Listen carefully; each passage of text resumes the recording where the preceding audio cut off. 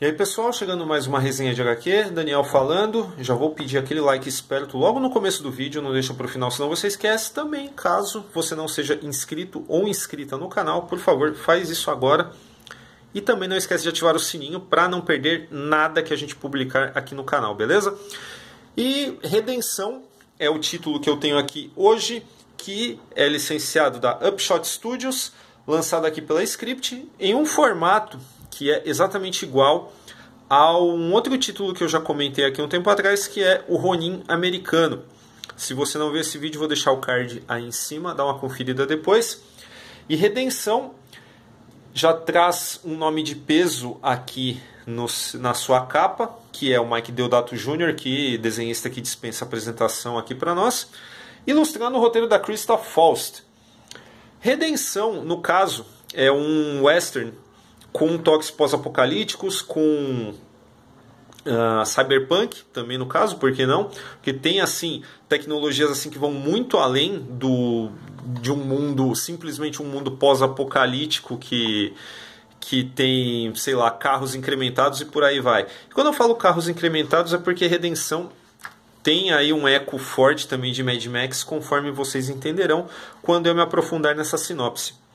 Redenção é o nome do povoado que nós conhecemos aí logo no começo da história, que é governado por um pastor inescrupuloso que reprime sua população e controla a água. Inclusive, este povoado, no meio do nada, ele é circundado por um muro que, segundo o pastor Stonewater, serve para manter as ameaças longe, como canibais e por aí vai. Todas essas coisas que nós já nos acostumamos a ver em histórias de Terra de Ninguém, pós-apocalípticas, elas não exatamente aparecem aqui, mas elas são insinuadas, né? São usadas como desculpa para esse muro em torno da cidade. E não existe nenhum tipo de explicação como o mundo ficou assim, e isso não importa mesmo, tá? Começa com a personagem da Inês sendo violentamente punida publicamente aqui e condenada à morte, né? Os poucos diálogos que nós temos, nós descobrimos que ela está nesta situação porque ela fez um aborto, ela é uma médica, ela fez um aborto numa garota que foi estuprada. E por causa disso ela está sendo punida e será executada. Bom, isso faz com que a filha dela, a Rose, ela saia do povoado, atravesse os muros para encontrar a carniceira, né, que o apelido da Cat Turner, que é a nossa personagem principal, que aparece aqui no destaque da capa. Enfim, a fama dessa personagem, Cat Turner, ela já se mostra muito forte logo no começo da história. A gente entende que é alguém que realizou muitos atos heróicos, violentos, desafiou o sistema. A gente entende isso logo no começo da história, mas ela sumiu, ela está reclusa e precisa ser encontrada. Então, exatamente ao longo da narrativa, a gente tem acesso a flashbacks que vão nos dando mais nuances aí desta personagem misteriosa.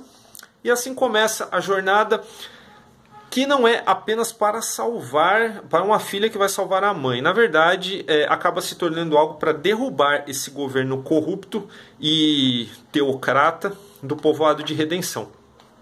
E assim segue-se a todo aquele tipo de coisa que a gente costuma ver em narrativas pós-apocalípticas. A gente tem veículos muito incrementados, a gente tem tiroteio, até que a tal da carniceira é revelada.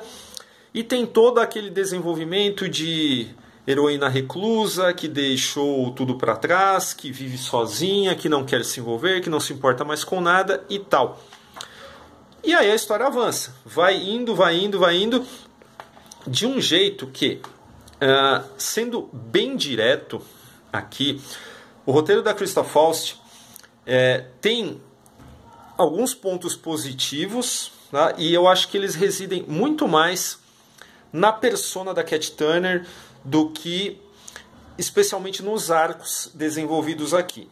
Eu acho que dentro dos estereótipos que são subvertidos aqui, a Christa Faust ela acertou em cheio. Eu acho que ela deu um passo à frente, assim, muito à frente nesse sentido de virar do avesso aquele lance do clichê do herói do faroeste envelhecido que volta, que mesmo em idade mais avançada ainda é casca grossa, ainda pode ir lá e resolver, ainda pode fazer sua última cavalgada e tal. Só que aqui a gente tem uma mulher. E a gente não costuma ver mulheres, no caso, nessa posição. Então, nesse ponto, a história ela mexe com esse clichê de uma forma que é muito bem-vinda, muito bacana. Existe um relacionamento entre ela e a Inês, conforme do passado, no caso, que vai sendo revelado aos poucos. A gente vai vendo que isso é também um dos motivos pelas quais existe um conflito entre o poder lá em Redenção e ela, e a Inês que ficou acaba pagando por isso de uma forma ou de outra.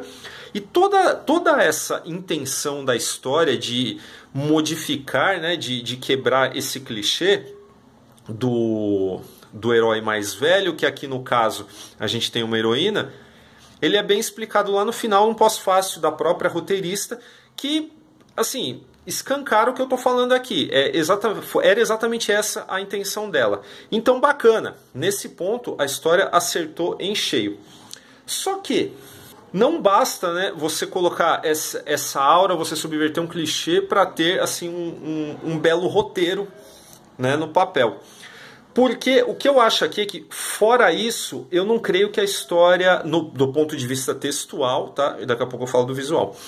Do ponto de vista textual, eu não acho que a história tenha muito mais a oferecer além disso, porque o arco, ele é muito, assim, comum e previsível. Então você tem a Rose chegando lá e falando: volte comigo, me ajude a salvar minha mãe, porque eu preciso de você e tal. E ela falando: não, eu deixei isso pra trás, não, eu não me importo, não sei o que lá.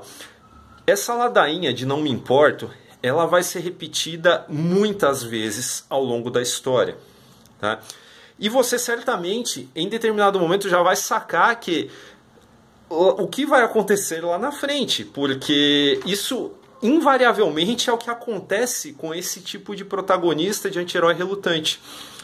Então, eu achei que a história ela se alonga de um jeito que tenta afirmar uma coisa sobre o seu personagem, para lá na frente ele ceder de fato ao clichê geral, né? Aquilo que era bem previsível mesmo. Nesse sentido, tá? A história ela não tem absolutamente nada de especial mesmo, tá? Conforme eu falei, ela ficou naquela intenção, naquela iniciativa bem-vinda de subverter um clichê do western e do pós-apocalíptico, por que não também? Mas, no seu conjunto, eu acho que acabou cedendo e entregando um produto mais genérico. O que não muda o fato de que Redenção é algo assim muito bem ilustrado, muito bem narrado, nesse traço pelo qual o Deodato já ficou famoso, esse realismo bacana. A gente encontra assim atores conhecidos no rosto de alguns personagens aqui, o que torna a experiência muito bacana, muito legal de acompanhar, porque tem toda aquela catarse de violência, tem assim cenas assim que são muito bacanas, sequências que assim satisfazem, né, a nossa sede por ação.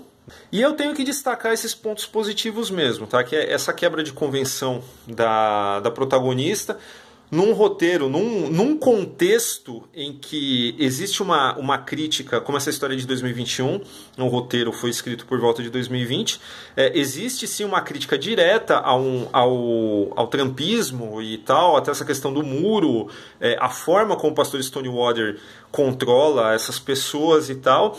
Tudo isso é bacana, mas eu acho que o desenrolar, os arcos dramáticos já não são tanto. E, enfim, tem esses pontos positivos, mas aí um visual de tirar o fôlego, com sequências de ação que são realmente bem empolgantes.